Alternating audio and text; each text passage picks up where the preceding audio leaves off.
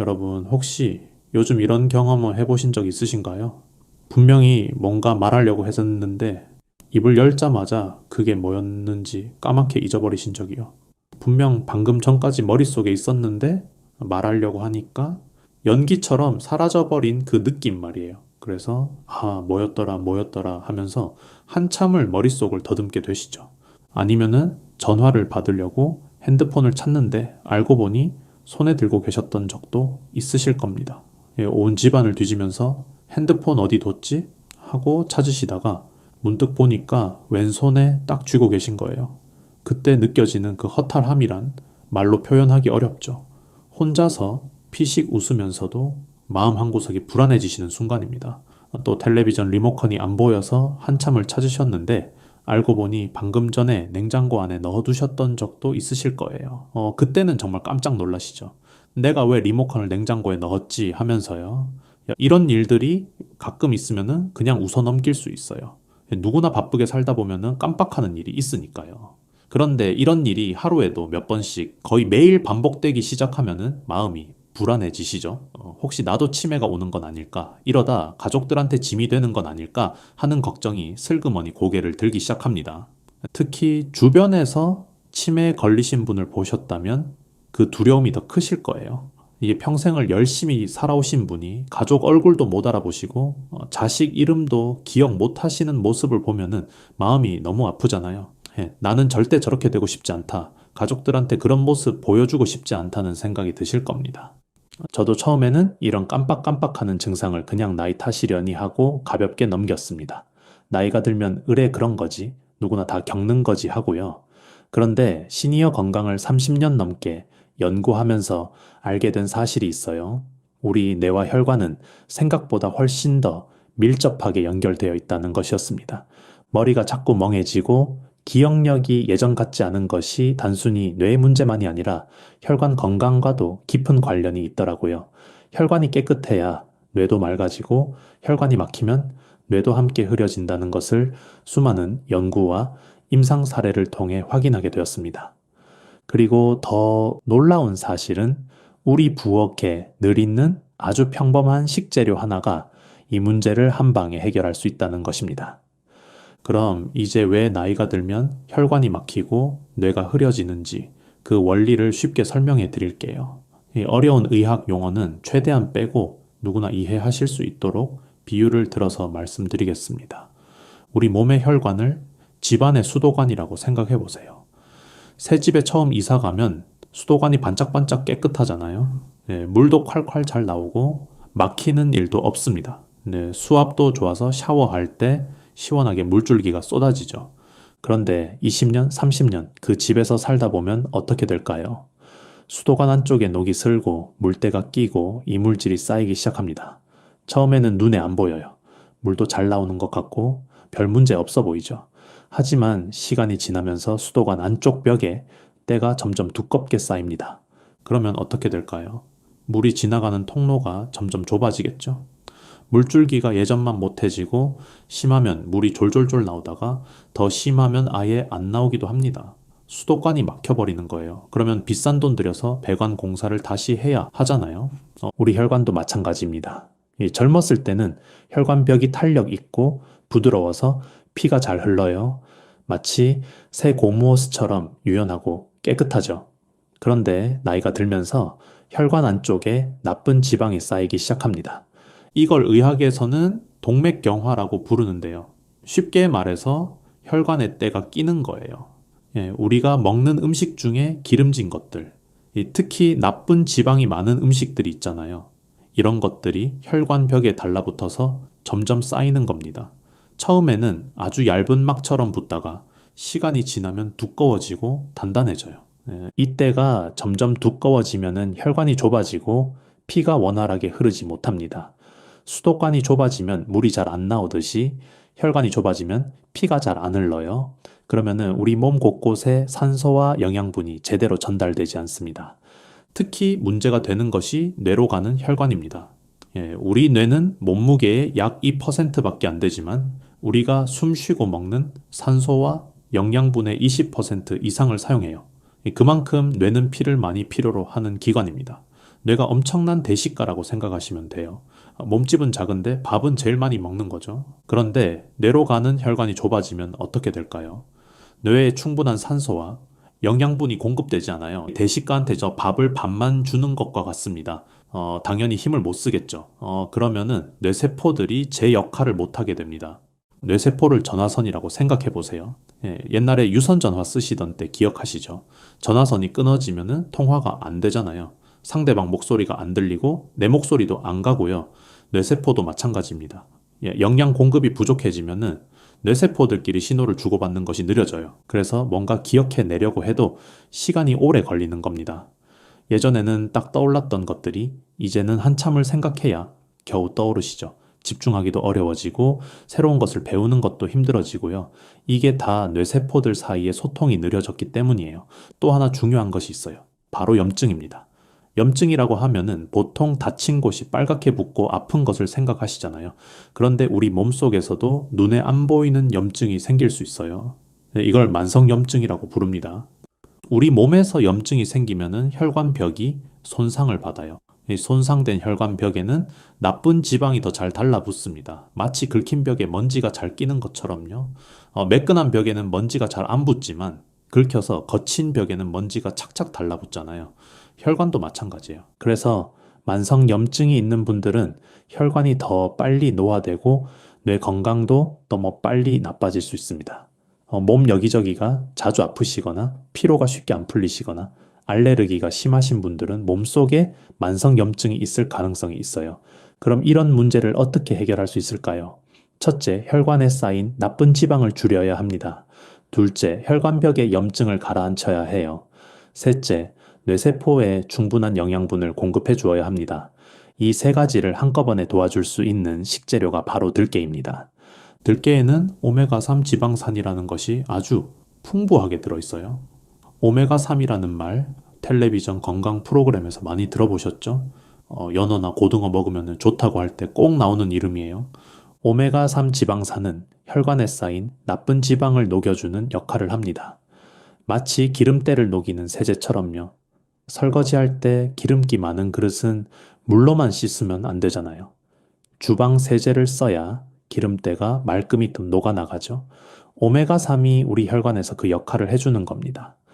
또 염증을 가라앉히는 효과도 있어서 손상된 혈관벽을 회복시키는 데 도움을 줍니다. 혈관벽이 건강해지면은 나쁜 지방이 덜 달라붙게 되니까 악순환을 끊을 수 있는 거죠. 그리고 뇌세포가 건강하게 활동하는데 꼭 필요한 영양분이기도 해요. 뇌세포의 막을 구성하는 중요한 성분이거든요. 놀라운 것은 들깨에 들어있는 오메가3 지방산의 양입니다. 오메가3 하면 보통 연어나 고등어 같은 생선을 떠올리시잖아요. 그런데 들깨에는 같은 양 기준으로 연어보다 훨씬 많은 오메가3이 들어 있습니다. 연어의 수십 배에서 100배 이상 많다는 연구 결과도 있어요. 게다가 들깨는 가격도 저렴하고 우리 식탁에서 쉽게 구할 수 있어요. 굳이 비싼 건강식품을 사지 않아도 들깨가루 하나면 충분한 겁니다. 우리 어머니들이 나물 무칠 때, 국 끓일 때 습관처럼 넣으시던 그 들깨가루가 사실은 엄청난 건강식품이었던 거예요. 그런데 여기서 중요한 점이 있어요. 들깨가루를 그냥 드시면은 효과가 반밖에 안 납니다. 들깨가루를 특정한 음식들과 함께 드실 때 서로의 영양소가 만나서 시너지 효과를 내거든요. 한 가지 플러스 한 가지가 2가 아니라 3도 되고 4도 되는 거예요. 그래서 이제부터 들깨가루와 함께 먹으면 좋은 5가지 황금 조합을 알려드리겠습니다. 본격적으로 조합을 알려드리기 전에 들깨의 효능이 정말 과학적으로 검증된 것인지 궁금하신 분들이 계실 거예요. 그냥 옛날부터 먹어왔으니까 좋은 거 아니야 하고 생각하실 수도 있는데요. 실제로 여러 연구에서 들깨의 효능이 확인되었습니다.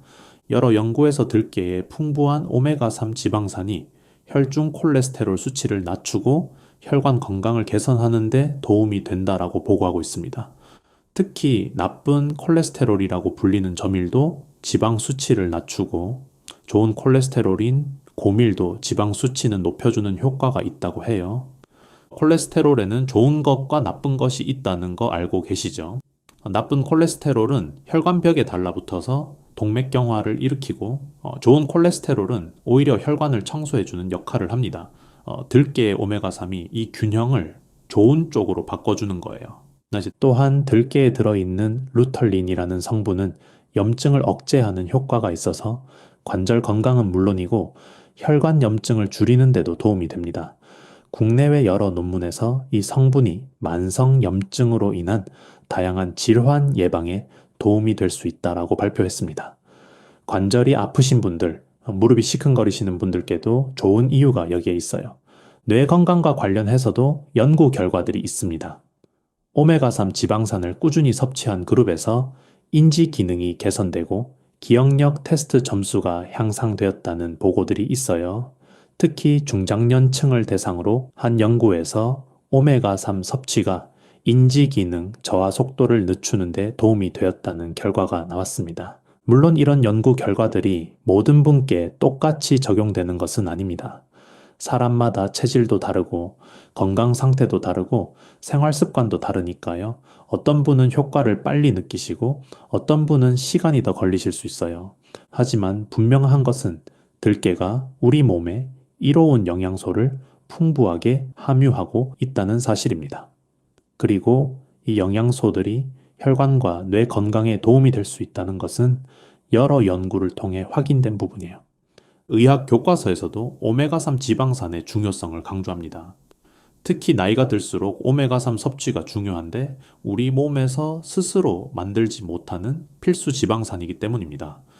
비타민처럼 반드시 음식을 통해 섭취해야 하는데 들깨가 바로 그 훌륭한 공급원인 거죠.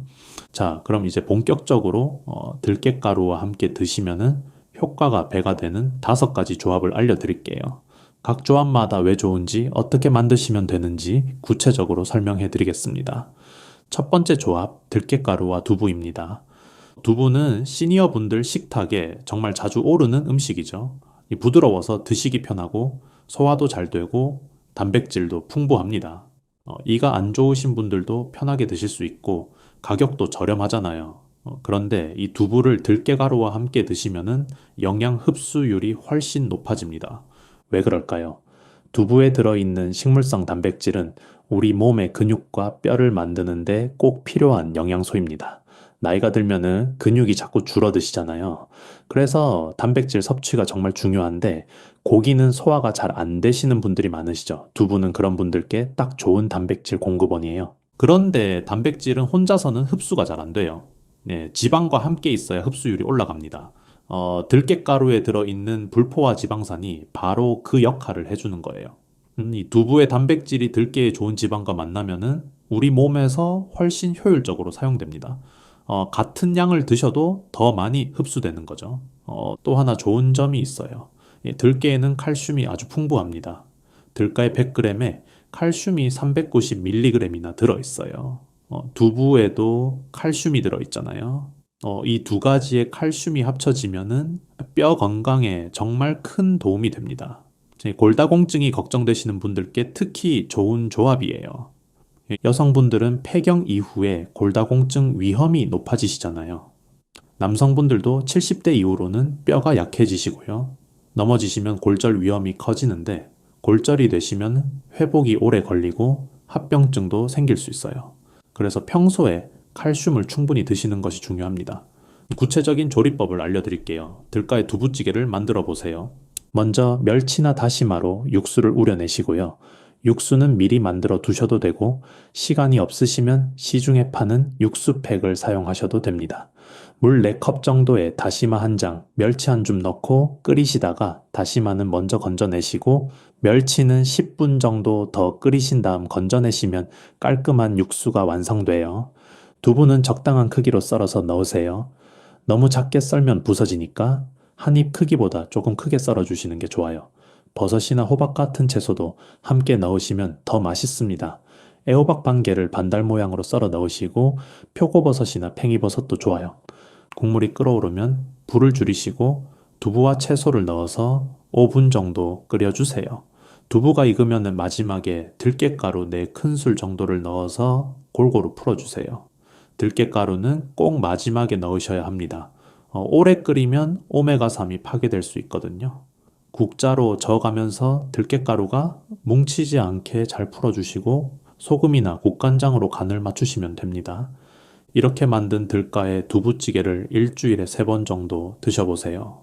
고소하고 부드러운 맛에 밥 한 공기가 뚝딱입니다. 맛도 좋고 건강에도 좋은 일석이조의 음식이에요. 남은 국물에 밥을 말아 드셔도 정말 맛있습니다. 두 번째 조합, 들깨가루와 고등어입니다. 고등어는 등푸른 생선의 대표 주자죠. 오메가3 지방산이 풍부하기로 유명합니다. 예로부터 밥도둑이라고 불릴 만큼 맛도 좋고요. 그런데 여기에 들깨가루를 더하면 어떻게 될까요?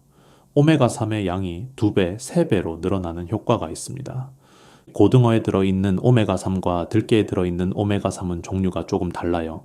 고등어에는 EPA와 DHA라는 오메가3이 들어있고 들깨에는 알파 리놀렌산이라는 오메가3이 들어있습니다. 이름은 어려우시죠? 그냥 종류가 다르다고 생각하시면 돼요. 이 두 종류의 오메가3이 함께 작용하면 항염증 효과가 훨씬 강해집니다. 마치 두 가지 약을 함께 먹으면 효과가 더 좋아지는 것처럼요. 서로 다른 경로로 염증을 공격하니까 효과가 배가 되는 거죠. 특히 관절이 아프신 분들께 이 조합을 추천드려요. 무릎이 시큰시큰하거나 어깨가 결리거나 손가락 마디가 뻣뻣하신 분들이요. 아침에 일어나면 관절이 뻣뻣해서 한참을 움직여야 풀리시는 분들, 계단 오르내리실 때 무릎에서 소리가 나시는 분들, 날씨가 흐리면 여기저기 쑤시는 분들께 좋습니다. 염증이 줄어들면 통증도 함께 줄어듭니다. 물론 심한 관절염은 병원 진료를 받으셔야 하지만 가벼운 관절 불편함은 이런 식단으로 완화하는 데 도움이 될 수 있어요. 혈관 건강에도 아주 좋습니다. 고등어의 오메가3이 나쁜 콜레스테롤을 줄여주고 들깨의 오메가3이 혈관벽의 염증을 가라앉혀 줍니다. 이 두 가지가 힘을 합쳐서 혈관을 깨끗하게 청소해 주는 거예요. 협동작전이라고 생각하시면 됩니다. 조리법은 이렇습니다. 고등어 조림을 만드실 때 마지막에 들깨가루를 넣어 보세요. 고등어는 손질이 되어 있는 것을 사시면 편합니다. 토막난 고등어를 씻어서 준비하시고요. 무는 1cm 두께로 썰어서 냄비 바닥에 깔아주세요. 무 위에 고등어를 올리시면 고등어가 눌어붙지 않고 무에서 수분이 나와서 촉촉하게 익어요. 양념장은 간장 3큰술, 고춧가루 1큰술, 다진 마늘 1큰술, 설탕 1큰술, 물 1컵 정도를 섞어서 만드시면 됩니다. 맵지 않게 드시고 싶으시면 고춧가루를 반으로 줄이세요. 양념장을 고등어 위에 끼얹고 뚜껑을 덮어서 중불에서 20분 정도 졸여주세요.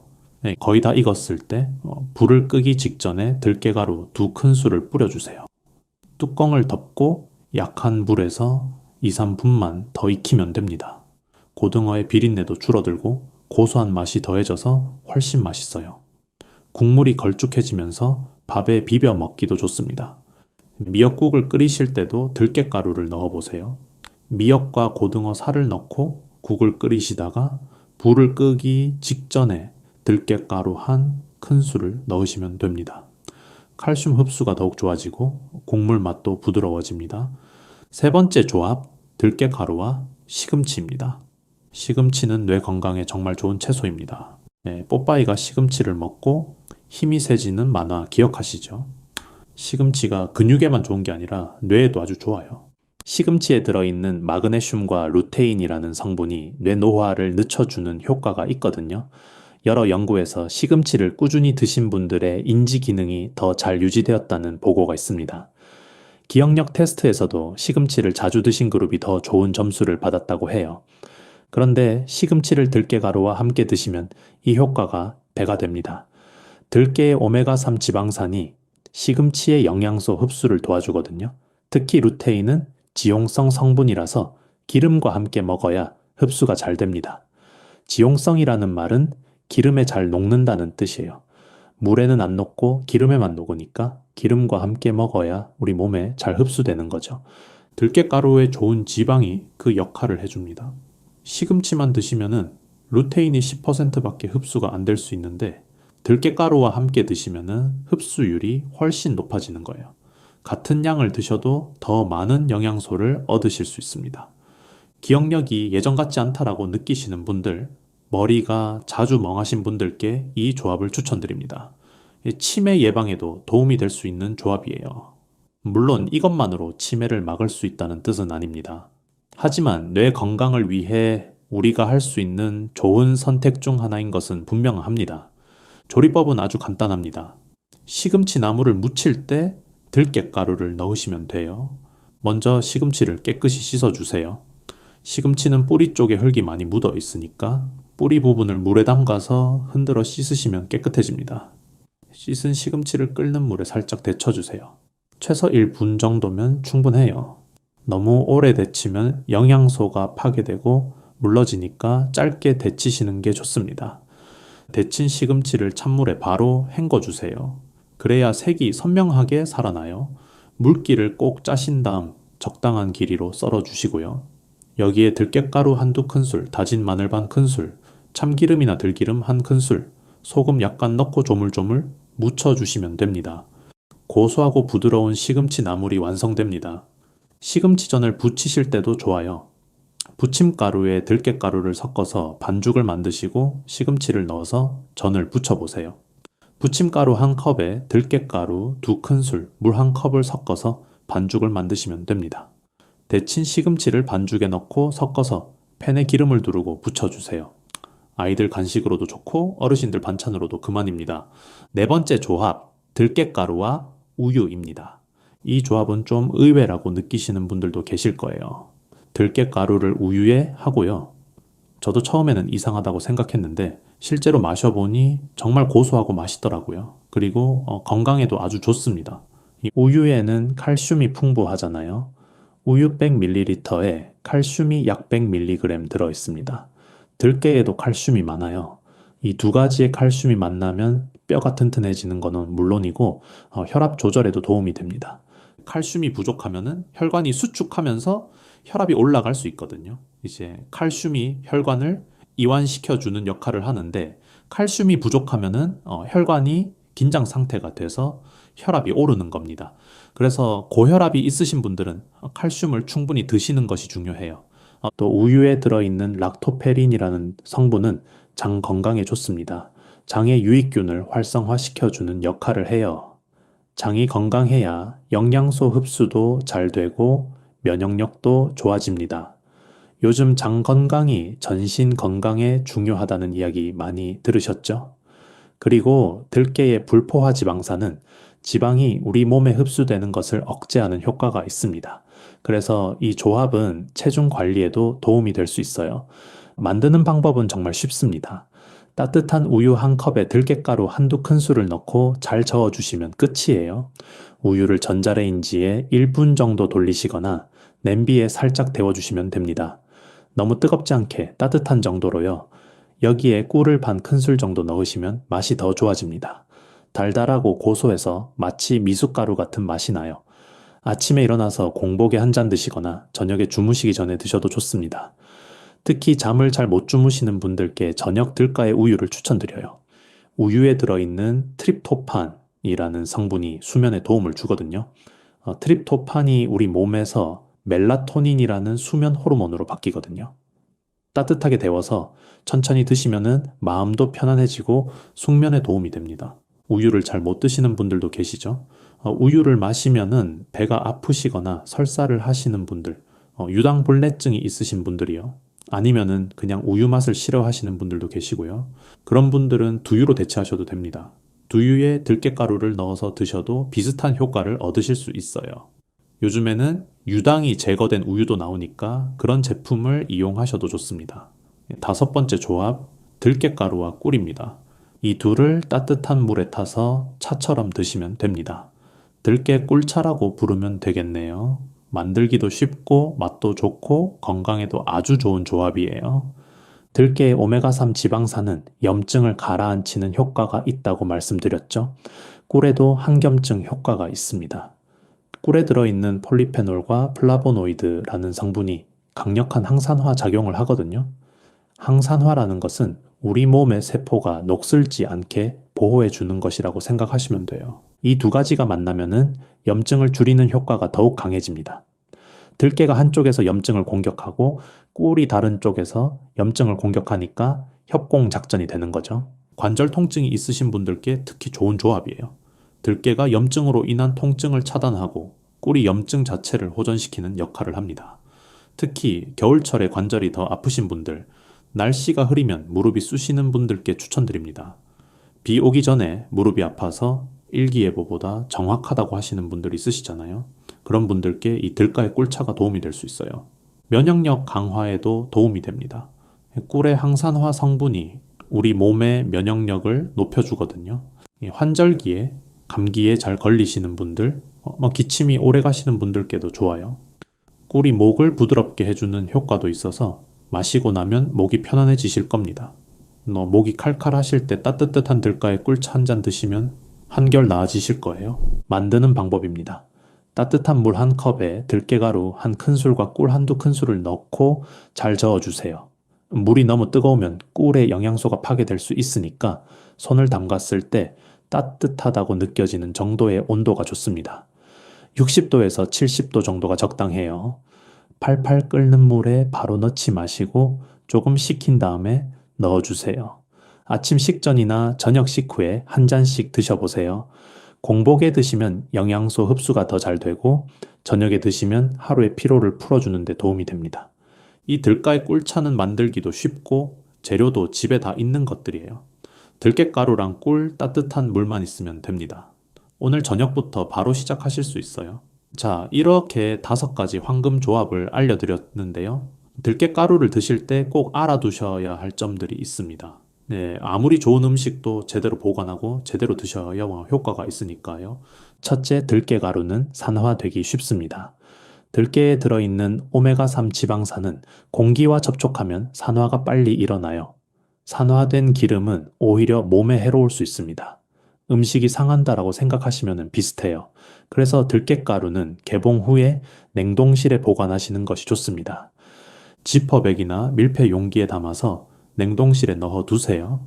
사용하실 때마다 필요한 양만 꺼내서 쓰시고 바로 다시 냉동실에 넣어 주세요.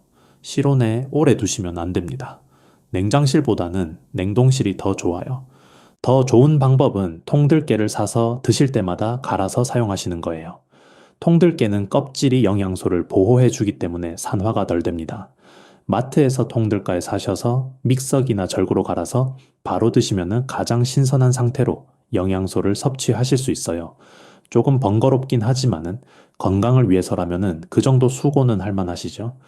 둘째, 들깨가루는 고온 조리를 피해야 합니다. 오래 끓이거나 높은 온도에서 볶으면 오메가3이 파괴될 수 있어요.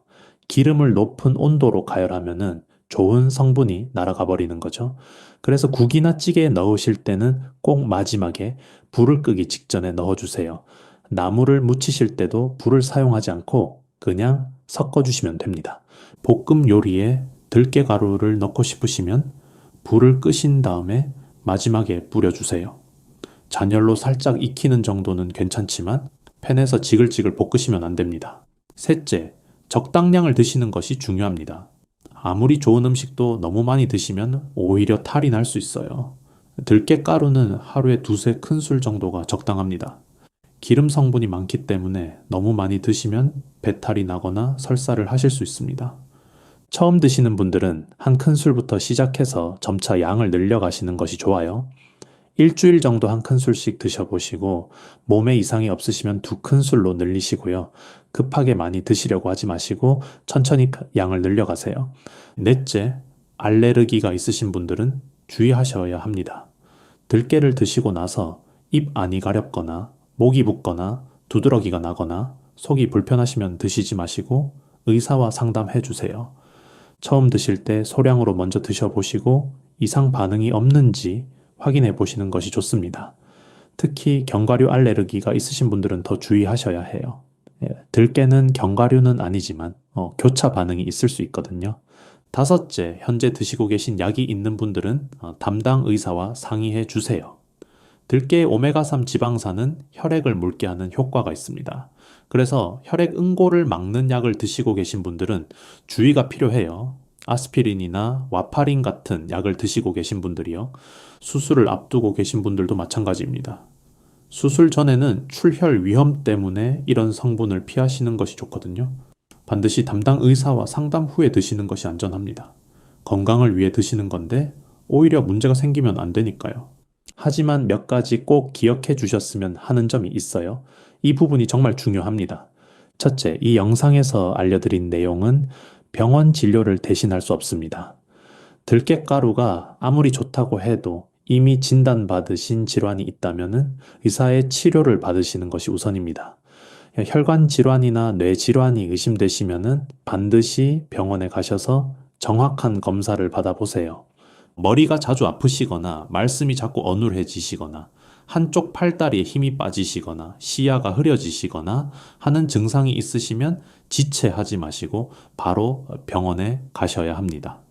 이런 증상은 뇌졸중의 전조 증상일 수 있거든요. 둘째, 이미 약을 드시고 계신 분들은 임의로 약을 끊거나 줄이시면 안 됩니다. 들깨가루를 먹기 시작했으니까 약을 줄여야지 이렇게 생각하시면 절대 안 돼요. 생활습관 개선은 치료를 보조하는 것이지 치료를 대체하는 것이 아닙니다. 혈압약, 당뇨약, 고지혈증약 등을 드시고 계신 분들 절대로 임의로 약을 조절하지 마세요. 약을 조절하고 싶으시면 반드시 담당 의사와 상의해 주세요.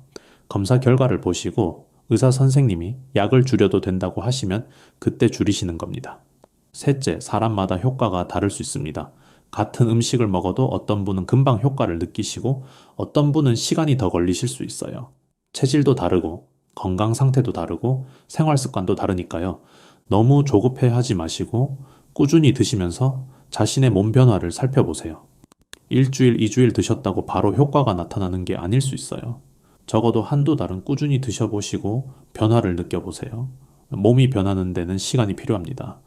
넷째, 들깨가루만으로 모든 문제가 해결되지는 않습니다. 건강은 여러 가지 요소가 함께 작용해서 만들어지는 거예요. 좋은 음식을 드시는 것도 중요하지만 적당한 운동, 충분한 수면, 스트레스 관리도 함께 해주셔야 합니다. 이제 들깨가루 드시면서 라면이나 튀김을 매일 드시면 효과가 반감되겠죠. 건강한 식습관 전체를 함께 신경 써 주셔야 해요. 짜고 기름진 음식은 줄이시고 채소와 과일을 많이 드시고 물도 충분히 드시는 것이 중요합니다. 운동도 빠뜨리시면 안 돼요. 매일 30분 정도 걷기만 해도 혈관 건강에 큰 도움이 됩니다. 무리한 운동이 아니라 가볍게 산책하시는 정도면 충분해요. 한 가지에만 의존하기보다는 전반적인 생활 습관을 돌아보시는 것이 좋습니다. 저는 여러분께 기적을 약속드리는 것이 아닙니다. 며칠 만에 모든 것이 좋아진다라고 말씀드리는 것도 아니에요. 세상에 만병통치약은 없습니다. 다만 우리가 매일 먹는 음식을 조금 바꾸는 것만으로도 건강이 나아질 수 있는 가능성이 있다는 것을 알려드리고 싶었습니다. 그리고 그 선택은 여러분의 몫입니다.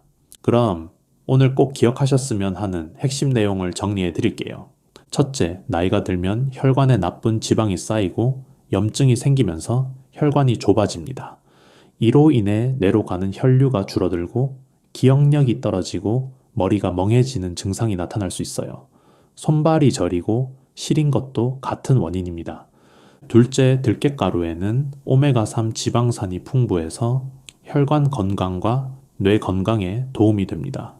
나쁜 콜레스테롤을 줄이고 염증을 가라앉히고 뇌세포에 영양을 공급해주는 역할을 해요. 연어보다 더 많은 오메가3이 들어있다는 것도 기억해 주세요. 셋째, 들깨가루를 특정 음식과 함께 드시면 효과가 배가 됩니다. 두부, 고등어, 시금치, 우유, 꿀, 이 5가지 조합을 기억해 주세요. 각각의 조합이 서로 다른 방식으로 건강을 도와줍니다. 넷째, 들깨가루는 냉동 보관하시고 고온 조리는 피하시고 하루 두세 큰술 정도 적당히 드시면 됩니다. 처음 드시는 분은 소량부터 시작하시고요. 다섯째, 이 방법은 병원 치료를 대신하는 것이 아닙니다. 이미 질환이 있으신 분들은 담당 의사와 상의해 주세요. 약을 임의로 끊거나 줄이시면 안 됩니다. 혹시 이렇게 생각하시는 분들도 계실 거예요. 이 나이에 뭘 해봤자 달라지겠어. 이미 늦은 거 아니야 하고요. 그런데 절대 그렇지 않습니다. 저는 이 말씀을 꼭 드리고 싶어요. 우리 몸은 나이에 상관없이 변화할 수 있는 능력이 있어요. 혈관도 뇌세포도 좋은 환경을 만들어주면 다시 활력을 되찾을 수 있습니다. 물론 20대처럼 돌아갈 수는 없지만 지금보다 나아질 수는 있어요. 그리고 그 나아짐은 여러분의 일상을 분명히 바꿔줄 겁니다. 아침에 눈을 떴을 때 머리가 맑아지는 느낌, 밤에 푹 자고 개운하게 일어나는 그 상쾌함, 이런 작은 변화들이 삶의 질을 얼마나 높여주는지 모릅니다. 작은 것부터 시작해보세요. 오늘 저녁에 들깨 두부찌개 한 그릇 드셔보시는 건 어떨까요? 아니면 내일 아침에 따뜻한 들깨 우유 한 잔 드셔보세요. 거창한 변화가 아니어도 됩니다. 그냥 오늘 한 끼, 내일 한 끼 바꿔보시는 거예요. 한 번에 완벽하게 하려고 하지 마세요.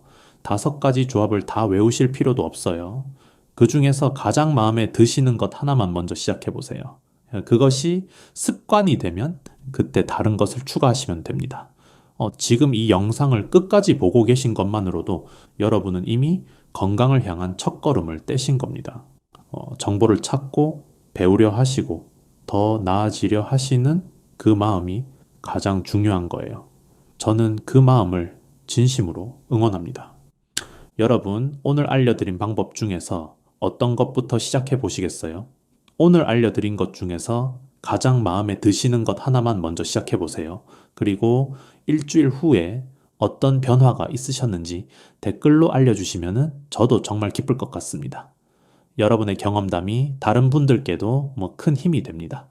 혹시 오늘 내용이 도움이 되셨다면 구독과 좋아요 부탁드려요. 여러분의 작은 응원이 더 많은 시니어 분들께 건강 정보를 나누는데 큰 힘이 됩니다. 또한 주변 가족이나 지인들에게도 이 영상을 최대한 많이 공유해 주세요. 여러분의 간단한 터치 한 번이 주변의 소중한 생명을 지킬 수 있습니다.